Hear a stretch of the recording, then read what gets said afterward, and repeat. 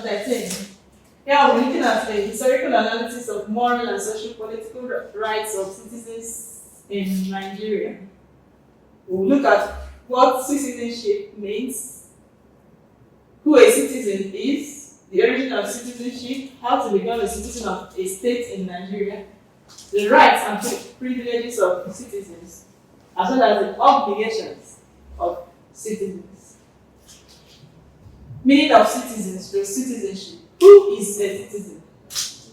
A citizen is someone who is either born in a country or who has naturalized in that country and therefore enjoys some rights while owing allegiance to that country.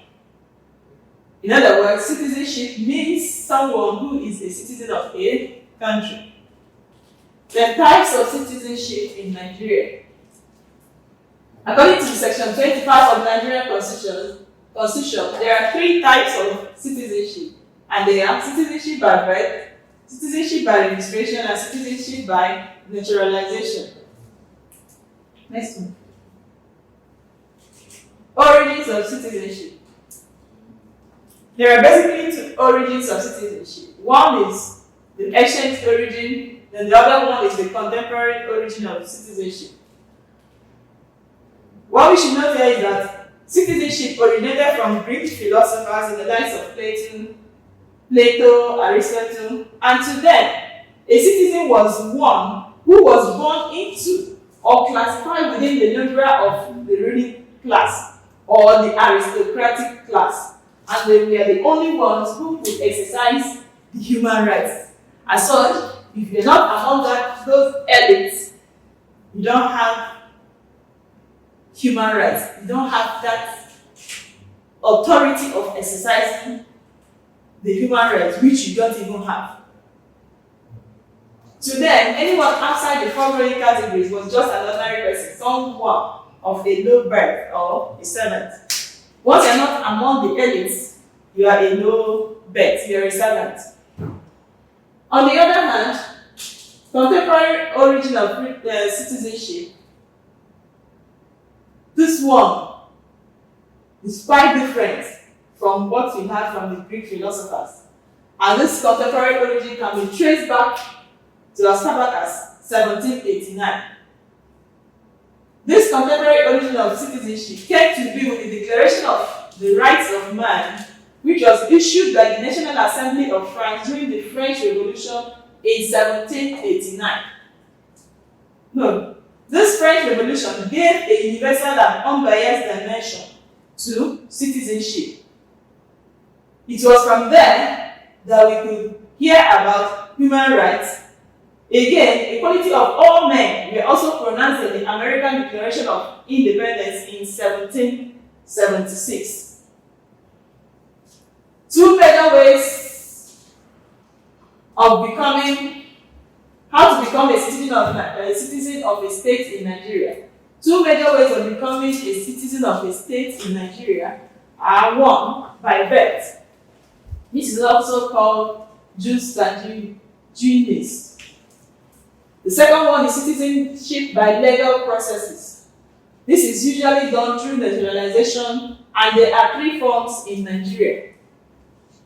That is to say, there are 3 forms of naturalization, citizenship by naturalization in Nigeria. Number 1 is direct naturalization. And this one involves an individual acquiring the citizenship of a state after he or she has fulfilled the prescribed legal prerequisites as determined by that state. We have the derivative naturalization, and this simply means that a spouse or a child becomes or acquires citizenship status as a result of the parents' or spouse or relative direct naturalization. Then the 3rd type of naturalization is collective naturalization. And this is when a group of people occupying a defined territory acquires the citizenship privileges of another, either by a treaty or by a statutory annexing of territory to a new one. Rights and privileges of citizens. The rights and privileges of citizens are grouped into 2 broad categories.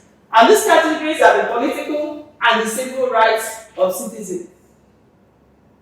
One, we look at the political rights. We say that when every adult citizen is entitled to vote or be voted for in an election, unless until he is disqualified by competent authority of state, we now say that that person has political rights of that state. Second one is civil rights. These are rights inherent in the individuals, which must be protected by the basic law or the constitution of that state. What do we mean by inherent? They are already, just for the mere fact that you're a human being, is in you.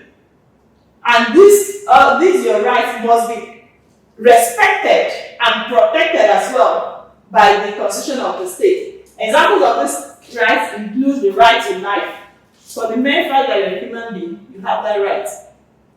It is your right to live.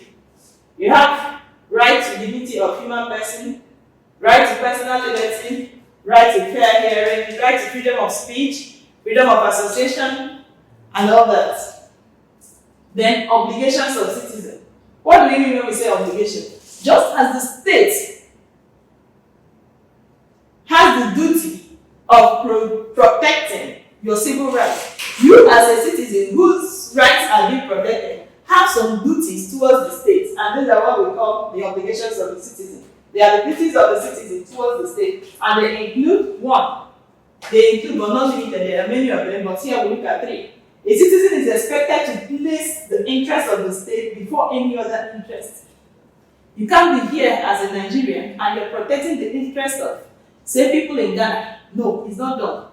And no. You have to protect the rights of the state where you are a citizen in. A citizen must pay his tax promptly. Yes.